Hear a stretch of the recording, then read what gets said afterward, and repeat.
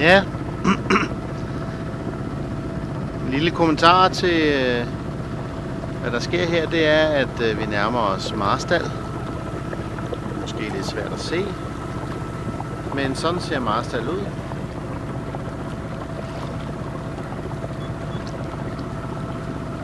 Går her i den rimelig smalle rende igennem det meget lave løb her ind mod havnen. Jeg kommer over fra Langeland, som man stadigvæk kan se derude bagved. Bagenkop, eller Bagenkop, som vi siger.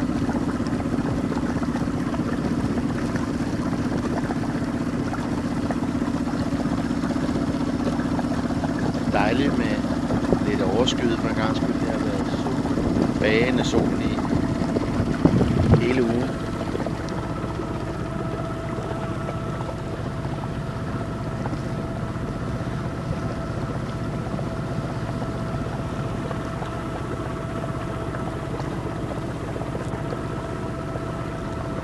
Og herinde på min styrbordsside, der ligger hele det sydfynske øhav med Strynø og Langeland herovre til højre.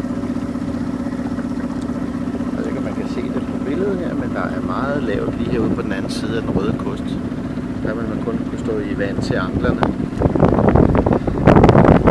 Jeg glæder mig til at sejle rundt her de næste par dage. Pragtfuldt sted.